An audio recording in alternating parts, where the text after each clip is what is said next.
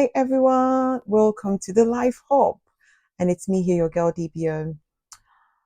Have you ever wondered what you will be doing on your placements and how does that impact on your job prospect once you finish uni? Or are you an aspiring social worker and is wondering how to make the best out of our social work placements?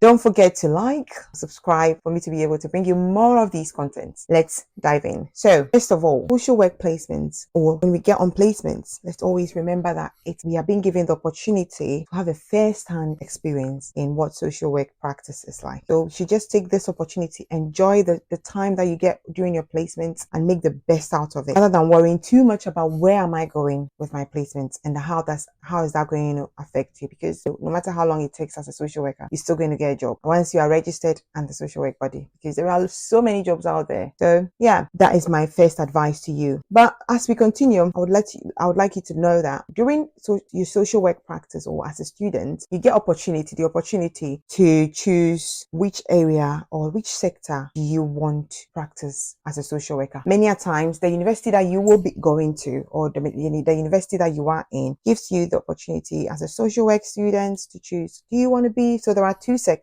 which are the voluntary sector and then the statutory sector. So you are given the opportunity to choose, do you want to be in the voluntary sector or the statutory sector? If you don't know what these sectors are, the voluntary sectors are the independent sectors or the private organizations or charity organizations, whereas the statutory sectors are often sectors that have got clear defined roles and most often have legislation backing what they do. So sectors like the local authority or the NHS are an example of the statutory sectors. So as a social work student, you'll be wondering, which one do you want to do? First of all, which area do you really want to work in as a social work student, or once you have finished your placement, once you have finished university as a social work student? I'm going to use my placement time as an example. When I was a student, before I went into university, I knew what area in social work I wanted to go to. Now, there are so many different areas in social work that we should also be aware of. If you are not aware of these areas, I have made a video on it, so you can look through my videos and you find that the different sectors in social work that you can go in. Here are some of the things that you should be mindful of when you go into your placement. Remember to be as professional as possible.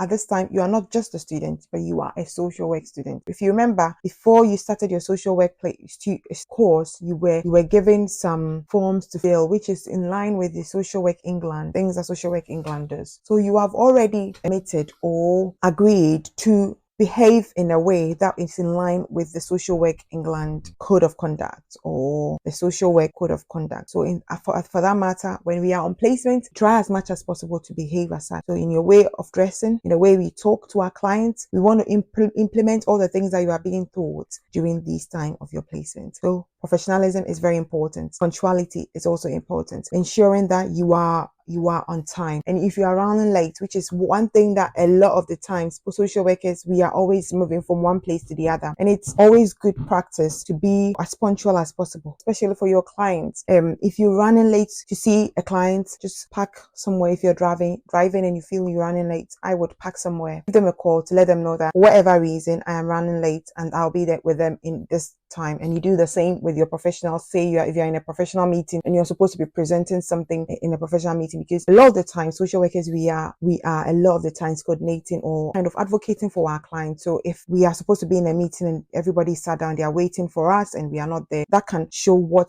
kind of social worker you're going to be, and that can impact on your placements.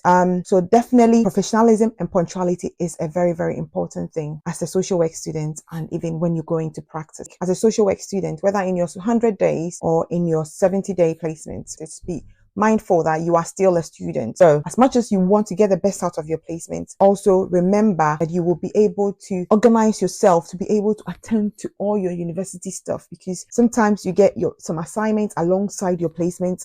Or you would get some skill studies time that you have to go to placement. You will also have your portfolio for your placement that you need to be attending. So if you are not very organized during this time, it can be very daunting. It can be very overwhelming, and you might not enjoy the first-hand experience that you're supposed to be enjoying as a social work student and you find yourself all over the place. So to avoid finding yourself overwhelmed with the whole process of the placement, get a diary, pencil in the things that you want to do, the university stuff, so you don't forget them, to be able to attend it. And a lot of the times, if you let your practice educator know that this is what is going to happen, or you've got this uni day, you have to go to uni, they'll always understand. They've been students as well before. They always understand to let you go into your uni day, pencil in your reflection time that you will sit back to reflect on what you have done so far, or for the week, what have you done? So you'll be able to, reflect on how you are working and what the best way to move on as a social worker. And also bear in mind that whatever you are doing, as I've mentioned earlier, you are going to be building your portfolio out of it. So not documenting things would make it harder in the end. So from the day one, from the right time, for the time that you start, I would document everything. I'll start writing down the things that I need to be able to build my portfolio as a social work student. Also, either your first placement or your second placement is capitalized on your shadowing skills. Now, when you go into an organization, so for me, again, I'm going to use my 70-day placement as an example. It was in a charity organization. It was a day center. People come in and then they go. It was very difficult to know the clients that were coming in. However, there were staff there that knew people more than I did. Now, bear in mind that these are the people that you are going to be doing your direct observation with. So your 70 days placement goes so quickly. You need to be shadowing the staff that are already on practice. For me, when it was a voluntary organization, there were support workers on there in that organization that knew their clients more than I did, because I'm new there. So I took it upon myself to shadow these people, to be able to know the patients or the clients very well, to know who I can work well with for my direct observation. And then your critical analysis practice, you're going to be choosing one of these, which is the CAP. I'm going to be doing it with a case study with one of the clients. So if you don't take the opportunity to shadow staff who already know the patient, and you just jump into doing some of these things, it can be hard work and can be daunting. But the more you do shadow, it helps you to be able to know the people well, and even know how the organization carry out their assessments and how they deal with working with their clients. So I would definitely recommend that once you start your placements, don't sit around waiting for anything. Just take your time. After you've done your induction, take the time to shadow staff whenever they are doing work. And it's not just during assessment time, whatever activity that is on the ground floor. For me, during the day, in that day center, there were times where you will go to where people's clients are having activities. Clients are sat in the lounge. When you are in their midst, you get to know what they are doing, what they are talking about. So in that space of time, you are getting to know the clients very well. Now, all this time when I was doing that in view of my direct observation. So I know that, okay, this person will work well for my direct observation. This person enjoys this much. So when I'm putting my direct observation, writing my report for my direct observation, I know what to write and how I can implement my theories. Remember, we've got theories. You're a social worker, you would know the theories and how you'll be able to implement those theories for the clients that you are working with. So definitely shadowing the staff and getting to know the clients is very important to help you be able to implement theories into the patient's the client's life as a whole, to be able to support them. Again, we all know that the professional capability framework and the KSS, the knowledge, skills, and studies, are very important as social work students. So for you to be able to, this is what you are going to be marked against. Even when you qualify, you are always expected to be able to be working around your PCF and your KSS. So you want to always have. I had a file with the PCF and the KSS, and I still do have somewhere that I go to, knowing that whatever you are practicing is along this PCF and the KSS. So definitely be mindful of how you are implementing these things in your placement, so that when the time comes for you to do your portfolio, you already have these things down. And for me, again, going back to my 70-day placement, during this time, once I took my time to be able to do as much as I can in this placement, once I realized that I've learned enough, because I've realized after a while it was the same thing that I was doing over and over again, I asked to shadow other organizations the placements that I was in do work with. So some of these organizations that they did work with were the community mental health team, the hospitals, other charity organizations that provide fundings, housing. So I would definitely recommend that when you're on placement, whether on your first placement or your second placement, the 100 days or the 70 days, for me, it became very, very important for me at this time, because I knew that I wanted to work in the statutory sector, but I was in the voluntary sector. And my thoughts at that time was, okay, I got adults this time. What if the next time I'm going to be taken to children, which is not what I wanted to do. So I wanted to make the best out of my first placement as much as I could. So I spoke to my practice educator about how far I have come with my placements, and I knew that I have done enough, and I was just repeating things here, which is okay, but I wanted to learn in other sectors. So I informed my practice educator about my plans to shadow other professionals in other organizations like the CMHT, the community mental health team, the home-based treatment team, the hospitals, shadowing an AMP and other professionals, and he agreed. So I decided every week I'll shadow one other team, and before my placement is completed. And at this time I was more than halfway through my placement. Every other week, and remember, this was also going to help me with my portfolio, because in your PCF you have to be able to evidence that you have done work with other professionals. Yeah, so I did this by going into other ringing. Hello, I'm a social work student and I'm doing placements here. Is there any chance I'll be able to shadow somebody in this role? And I never had a time that anybody said no. I'm always able to book shadowing experience. Sometimes I had 2 days to go into the same unit, or the 2 days to go into the same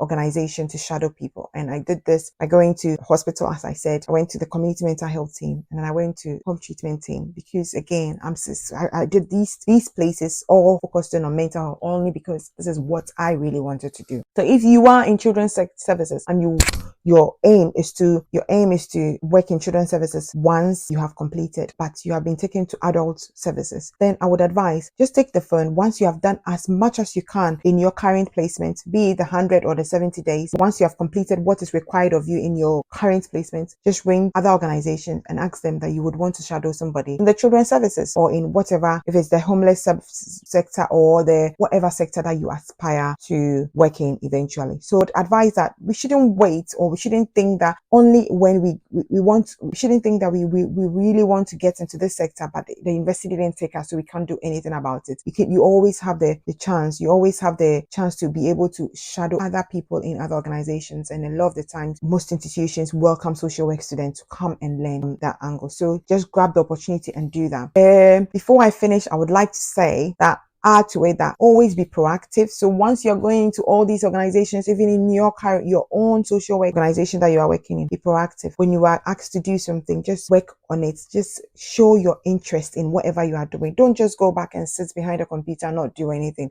Just do what you expected to do, especially in your 100 days placement. For me, in my 100 days placement, I had opportunity to go to where I wanted to. So it was like a plus for me. I really wanted to show that this is what I really wanted. So in the hospital as a social work student, I did all that I could. I did all the assessments, implementing the Care Act assessments and everything that would help me to be able to demonstrate once I've completed that I have got this experience. So definitely be proactive with wherever that you are in your placement. Also, remember to organize yourself, because if you don't get organized, you will find yourself all over the place, as I've already mentioned. So once you're organized, you'll be able to once you are organized, you'll be able to plan your uni life, your placement life, and all of your paperwork, your portfolio, and your assignments that you have to be doing alongside. Bear in mind, doing social work can be very overwhelming. If anybody tells you it isn't, that is a lie. It is overwhelming, because now you are doing 5 days. It's more like you are working 5 days a week. You are doing all your uni work, and you are also expected to be presenting some, your portfolio once you have finished your placement, and if you have other assignments to present. So you should be able to always organize and plan what your days is going to be like. And don't forget to always take care of yourself, because with all of these things and you end up not being well, what's the point of doing this? Because it can be overwhelming.